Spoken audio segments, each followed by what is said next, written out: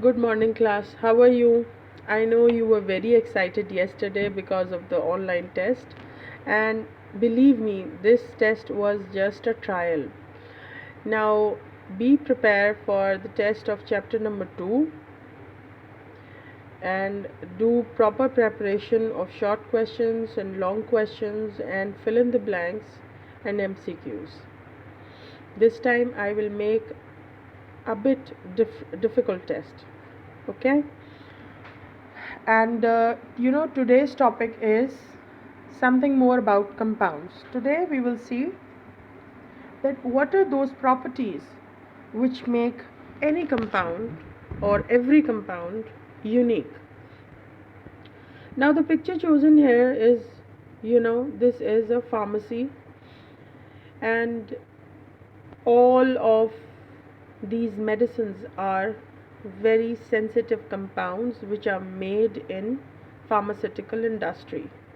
So each medicine has its unique physiology or physiological effects on the human beings.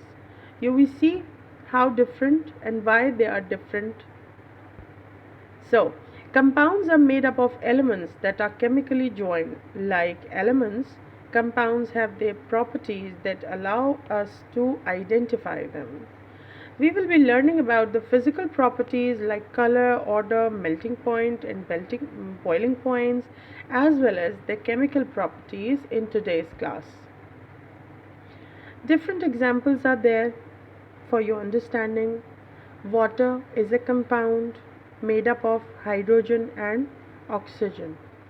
Similarly, hydrogen peroxide is another compound in which hydrogen and oxygen atoms are bonded with a different ratio of mass.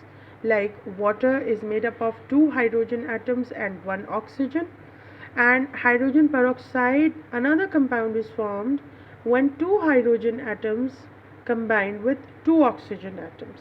So the formula is showing there combining atoms. Then salt, the very commonly used rock salt, is sodium chloride. Sodium chloride is formed when sodium reacts with chlorine. Baking soda consists of sodium, hydrogen, carbon, and oxygen elements in them. And octane is present in the fuel. In the present, the petrol we are using to run our automobiles consists of carbon and hydrogen. When the chemicals are mixed, we say the reaction is on, but it is not that simple. When elements combine with a particular ratio of mass, they make chemical bonds in them, then a compound is formed.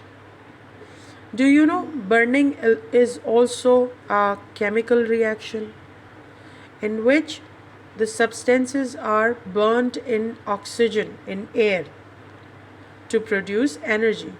So we see how compounds are formed and what are those facts which are related very much closely to compounds.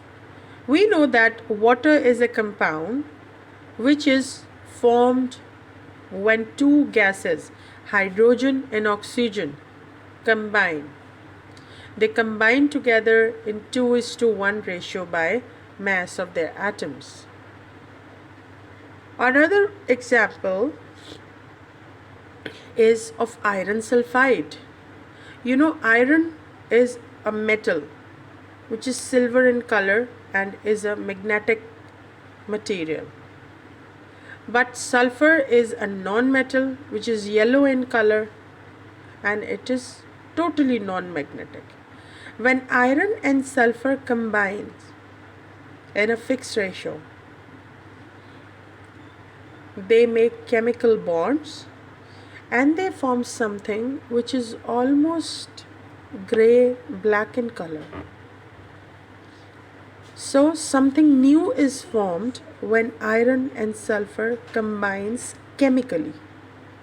So we see another example. Sodium chloride is the salt we use in our foods to add taste. Its formula is NaCl. You know, this white color solid powder is formed when silver gray soft solid sodium metal reacts with the poisonous greenish yellow color gas chlorine. And how they react like this. They produce heat when they combine. So again, the sodium chloride is not poisonous. It's not green in color. It's not cut with a knife like sodium metal. But when sodium reacts with chlorine gas, it forms something totally new.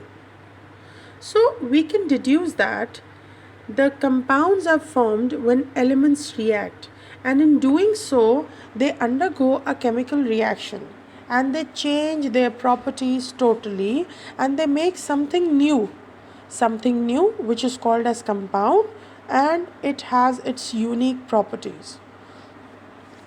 We can also study that when a compound is formed, then their decomposition, the breaking down, also needs some energy.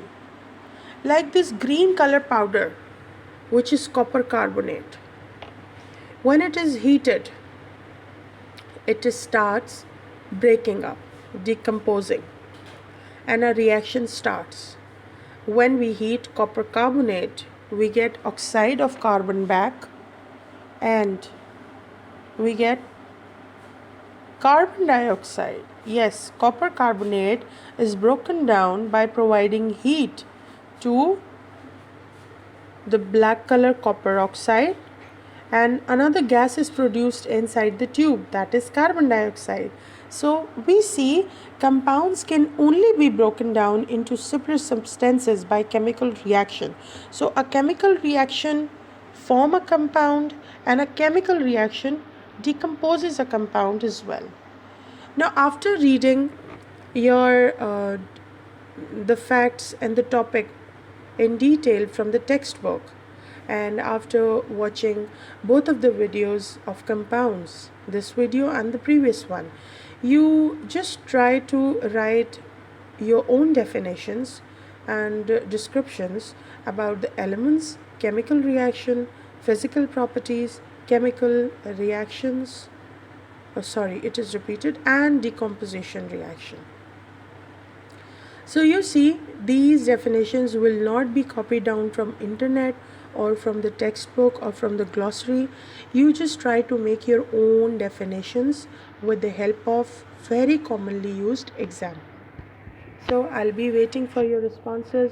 Till then, God bless you. Goodbye. Stay safe.